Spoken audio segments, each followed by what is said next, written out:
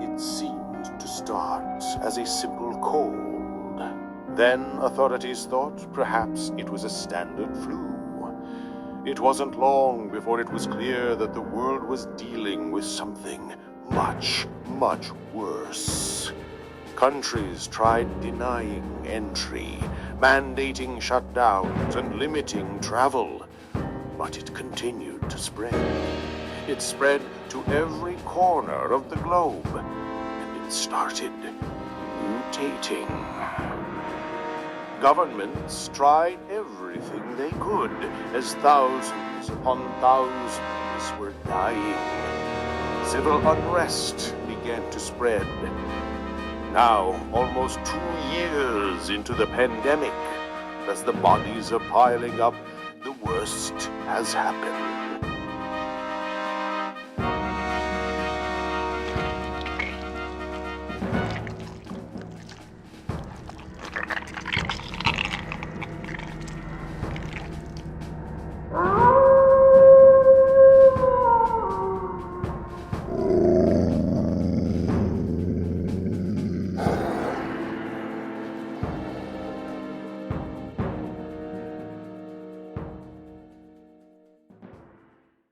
Time for another 31 Days of Horror 2021 edition.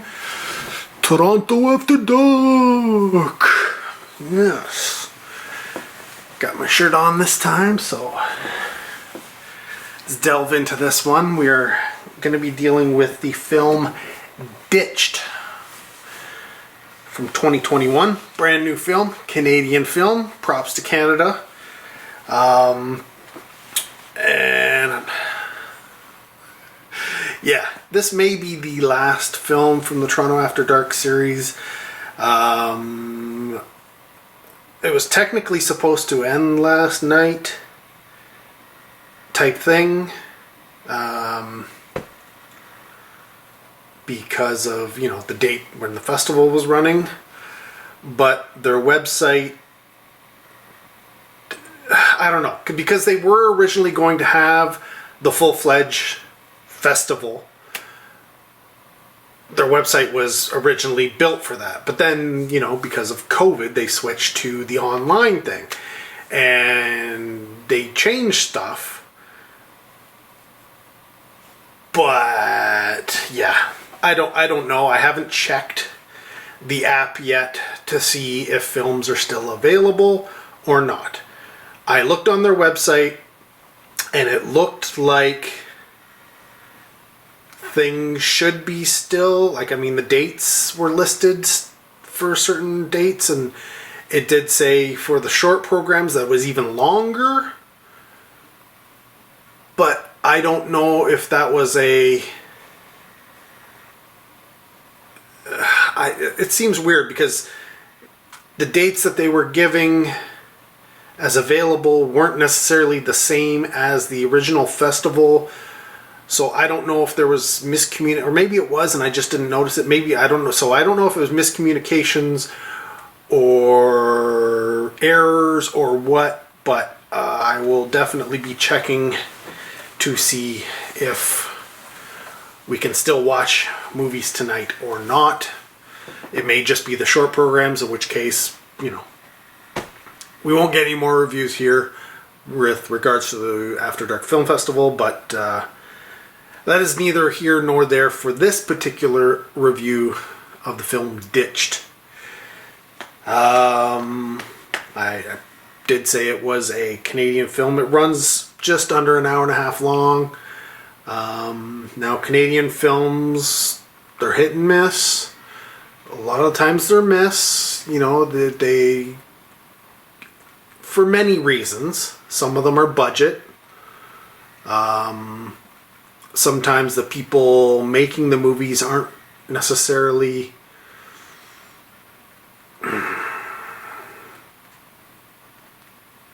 filmmakers for the sense of making art and good movies. That may have been, their how they started out, but eventually they get to I need to get paid. This is what I do for a living. I need to get paid. So they make movies and they show up for work. You know the types, right? You're not passionate about the job you do, but you do it anyways because you need the paycheck. We get a lot of that, okay? But that's the thing. Canadian film, I mean, I guess it's the same with any country's film output. You're going to get gems and you're going to get stinkers and then a whole whack in between. So I don't hold that against anybody going into the film. So, yeah. Which part of the spectrum did this one end up on? Well, you're going to have to wait and find out. What is the film about? Well, the film is about essentially an ambulance which is transferring some like dangerous convicts, criminals of some sort, and it crashes like in the middle of nowhere. It gets ditched, right? It crashes into a ditch, thus the name. And it soon become apparent to, I guess you call them the people in charge of this convoy, that the crash was not an accident, and that, you know, the people who have survived are now being stalked by some kind of killer. So yeah, they're like 30 feet from the main road, right? You can practically see where the cars are, but you know, will anybody manage to get there alive? Will they manage to get out of the ditch at all? And I know that sounds like this is a really big ditch and people are like trapped inside a ditch that they can't get out of. No, that's not the case. No, there's a killer.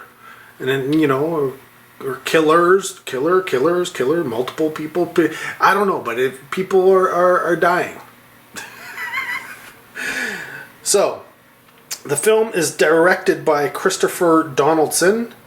Now, he is more known for his work in like the art department, where he worked on things like Dirk Gently's Holistic Detective Agency, Ghost Wars, The Order, the Van Helsing TV series, as well as the new Child's Play movie. But he also directed 6 episodes of Necessary Evil. So this isn't his first directing outing. He's just not super seasoned in the job. It's written by, well, Christopher is one of the writers, who also wrote Blood Rain 2 Deliverance and The Legend of Silk Boy. But on top of that is Neil Every, co-writer, who also did Blood Rain 2 Deliverance and The Legend of Silk Boy, but also did things like Mission 92, Dragonfly, and Rise of the Damned. So one is more of a seasoned writer, the other one is, like I said, more in the art department. So this kind of sounds like Christopher had an idea maybe for a movie to get made. Neil helped write the script with him, and then, you know, somehow they, you know, Christopher managed to get some funding to make the movie. But I'm just guessing. Just going by credits here, that's what it seems to be.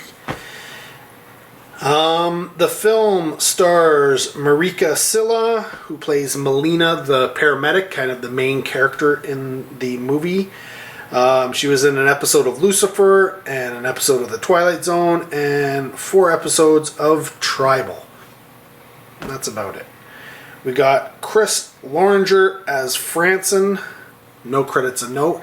Now, I won't be going into all of these characters and what they are in the movie and how they relate and stuff like that, because it might give something away. Which is one of the, I guess, the better things about this film. But I'll get into that in a second. So, we also have Lee Lopez as Aiden, who was in a bunch of shorts, 3 episodes of I'm Haunted, and a TV movie called Dumbbells, which I believe is a comedy. Declan O'Reilly plays Jake, and Declan had small parts in Prancer Returns, Rock My World, and Parallel Minds, and I mean like very small parts. Then we got J. Lindsay Robinson as Officer Revez, no previous credits at all. Ramon Joshi as Sideburns, who one of the more decorated people, especially in genre, was in Decoys 2, Alien Seduction, Gone by Dawn, Breaking Spirits, and Cold Comfort. And then we got Lara Talon as Officer Kurz, who was in 12 episodes of Poker Girls, Starship Rising, Starship Apocalypse, and Spiral. Yeah, that, torture porn movie. I think they still go by that, even, the later sequels, right? And then finally we got Leanna Mukuch as Glynis, who had no previous credits of note. And yeah, so thoughts about the film. Well, we'll go with the bad. In terms of bad, the budget does show in this film. The acting is...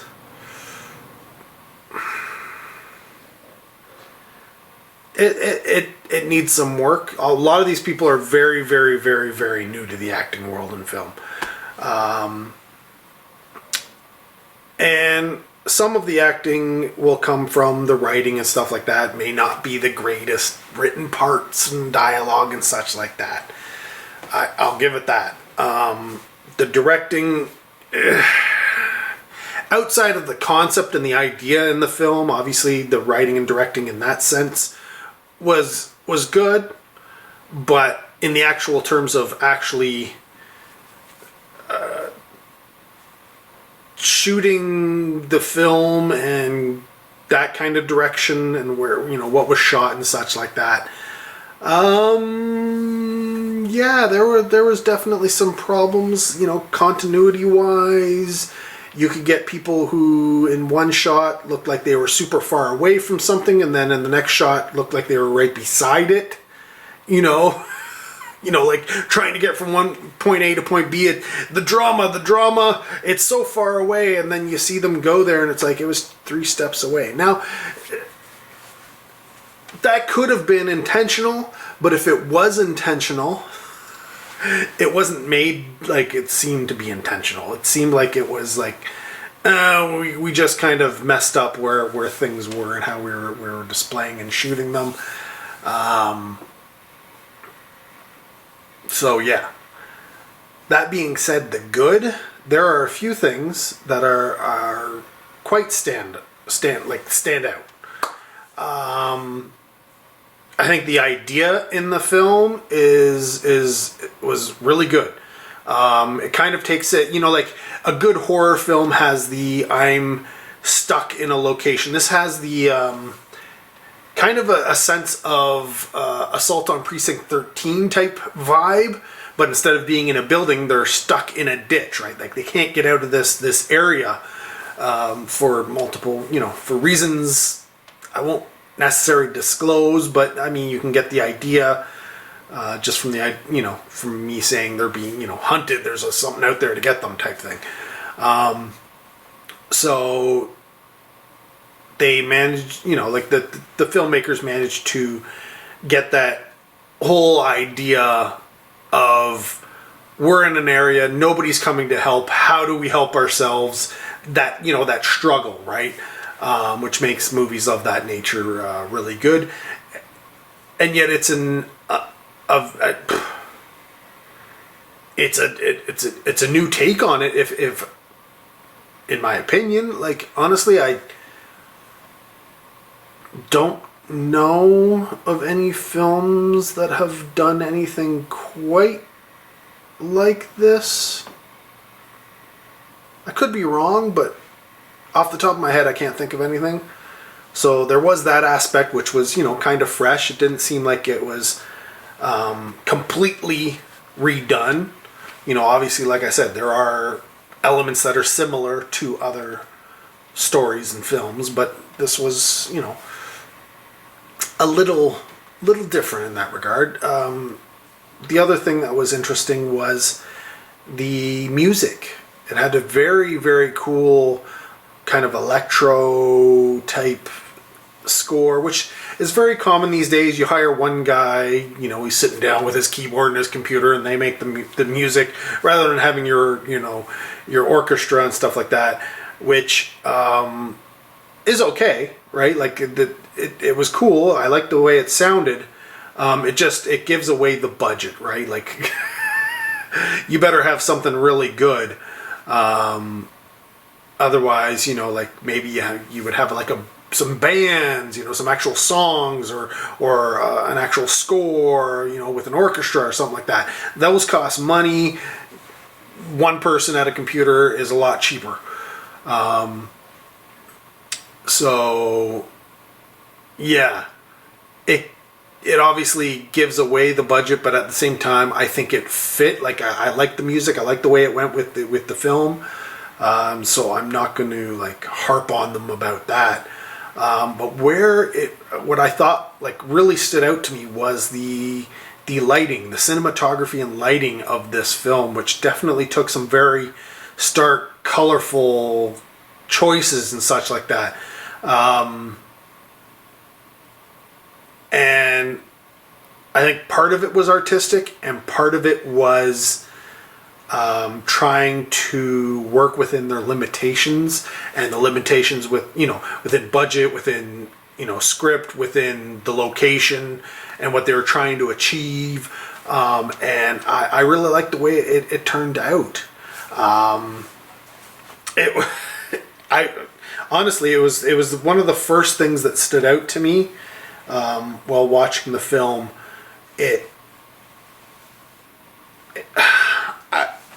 I don't know. Like, this is the thing. Sometimes when you're watching a movie, especially if you're like me, you think, "Oh, could it have been done better?" Or what would I have done in that situation? And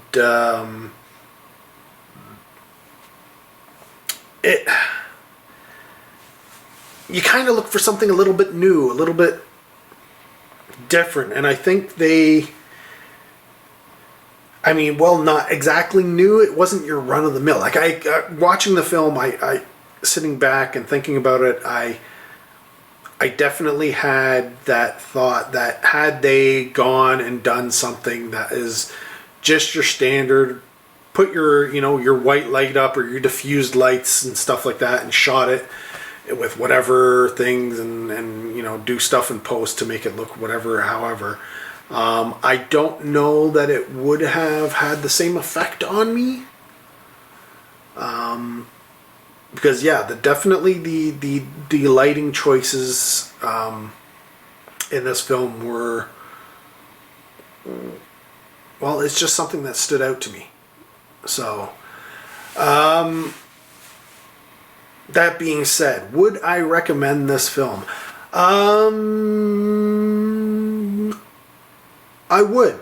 I actually would recommend checking out this movie. It's not one of those ones where I'm like, you gotta see this film. No, it's not that kind of recommend. This is kind of a, if you're looking for something new that you haven't seen before, this is worth throwing, into the pile of choices. Whether it's available anywhere eventually, I'm sure it'll probably end up on streaming or something like that. Somewhere. It's hard to say with Canadian films. A lot of them get purchased. Some of them might get a DVD release. Others might get nothing, and they may just go into a pile of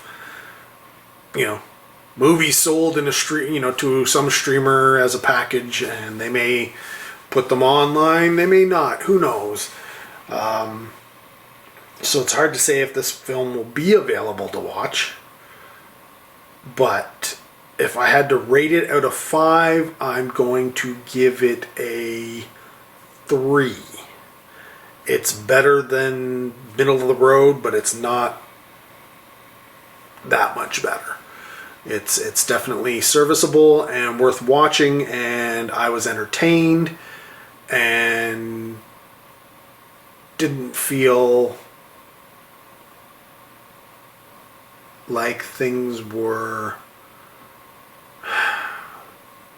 just boring, been there, done that, right? Like I there's so many movies, even if they are big budget and super flashy and stuff like that. If they're, I've seen this movie before a million times. I may not care. But in terms of telling a story, in terms of twists, in terms of look, in terms of sound, there was a lot of positive in this movie, and I think for those reasons that it's worth checking out. And that is Ditched from 2021. So I don't know if there's going to be any more Toronto After Dark for the 31 Days of Horror, but there will be more 31 Days of Horror to come, because I haven't hit 31 movies yet. So stay tuned. Till next time, take care. Have a good one.